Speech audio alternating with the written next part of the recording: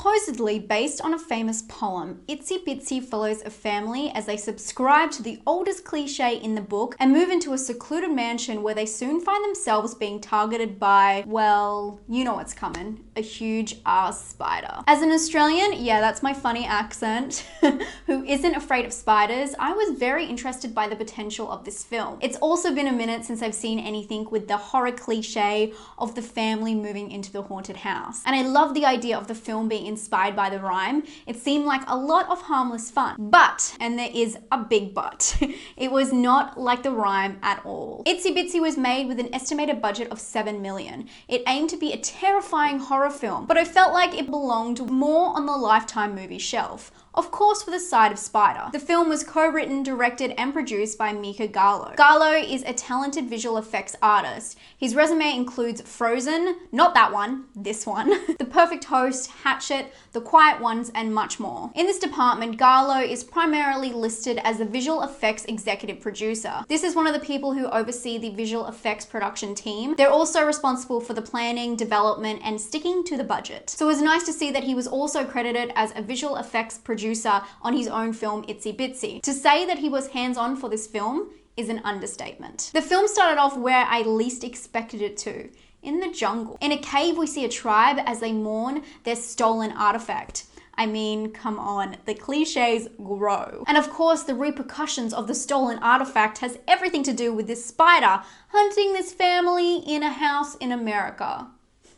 At the start, I felt like I was straight out watching a 90s or early 2000s horror movie, and best believe, I was here for it. But it soon set in that this film was going nowhere fast, as the backstory became the story. The film was riddled with flashbacks and situations that had happened before the film had taken place that left me to wonder why they didn't make the movie just about those moments instead of about what they did, because all we were learning about is what had already happened. It's totally fine that they wanted to give a big backstory to the who, why, and what and when, but why not just make that the story? And part of this has to do with the spider and how it came in, which again has nothing to do with the poem. And then you have the yet again cliche past of the family, a mother struggling, and the dramatic tension between her and her children, haunted by her past. And again, usually not a problem, but this was less hinted at and more shoved in your face over and over. As the audience, this has a nagging effect that becomes kind of a bore. This happens throughout the whole film. Everything is so overly spelt out and we're constantly being reminded about it. They left no room for the audience to have an aha moment. It was all very clearly spelt. In fact, it was over-explained in photos, in dialogue, and of course, there was the camera angles or the camera movement that was directing you to exactly what was happening, so you couldn't miss anything. And come on guys, it's 2019. We love hidden messages in horror movies. We love deciphering it. That's what we're all about these days. So if you can't give us any clues, just back off a little bit, because our little tiny pea brains can put A and B together.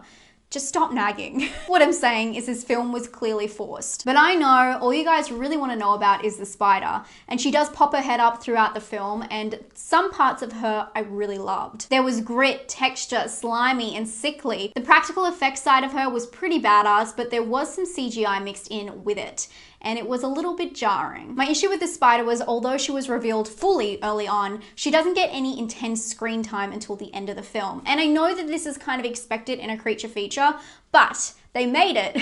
I'm gonna say this again. You guys are gonna get so bored of me. Wait until you see the film. The backstory took over, and where we could have got more of the creeps and the early scares from the spider, which we wanted. This is what we wanted. We didn't get that. We got the backstory. One thing I did like about the film was the softness. There was really soft lighting, and the shallow depth of field is something that I personally love the look of. And I thought that this would be beautifully juxtaposed with the black, terrifying spider. But because of all the lingering drama, it made the soft stylization appear more like a soap, or as I mentioned earlier, a Lifetime movie. I should also mention that they gave the spider the chance to take the camera into its own hands. Not literally, don't worry, found footage haters, you're safe. What I mean is that they had a POV shot with distorted like viewing, and this was a huge change up for the rest of the style of the film. I'd say the performances in the film weren't horrible. Of course, I have to mention my homegirl, Denise Crosby. She plays a surprising large part as the sheriff. But with everything feeling so forced, including the dialogue, it's really hard to judge the acting in this this film. It's very rare for me to be like, less story, more creep, more action. But in this film, that's all I wanted. I felt my mind wandering and wanting to be with the arachnid. And I will say, to its defense, part of the backstory was downright disturbing, really creepy. There was one moment. And I wish that they could just cut out the rest and have that and let us put the film together by ourselves with our own brains. If they could only just cut all the unnecessary over-explaining out and leave the characters to just be, add in some more scenes that kind of give them development within that moment instead of development in the past, I think that this film could have really worked, especially with the scary backstory, because so many times we watch these newer films and they don't have any backstory. So I do give kudos that they had an interesting what, why, when, how, but you gotta pull that what and why into now. Overall, to anyone looking to stream this film, I'd say don't be fooled by the action-packed trailer or even by the whimsical poster. The film is not about the poem. It's a film about backstories with a hint of Spidey action. And although, yes, the action is good, it was not the haunted vibes that were promised in the blurb. It's more of a long-winded story to watch in the background. And if you're wondering, arachnophobes, don't watch this film. Even though it's not the best, the spider action will hurt your soul.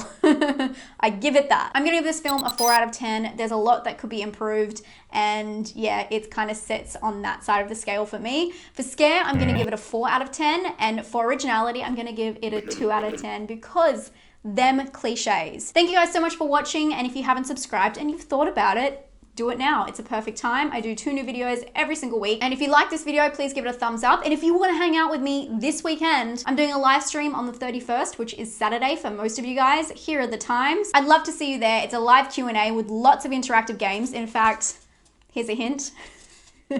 What? And we'll be raising money for a great cause. I hope you guys are having a great day, and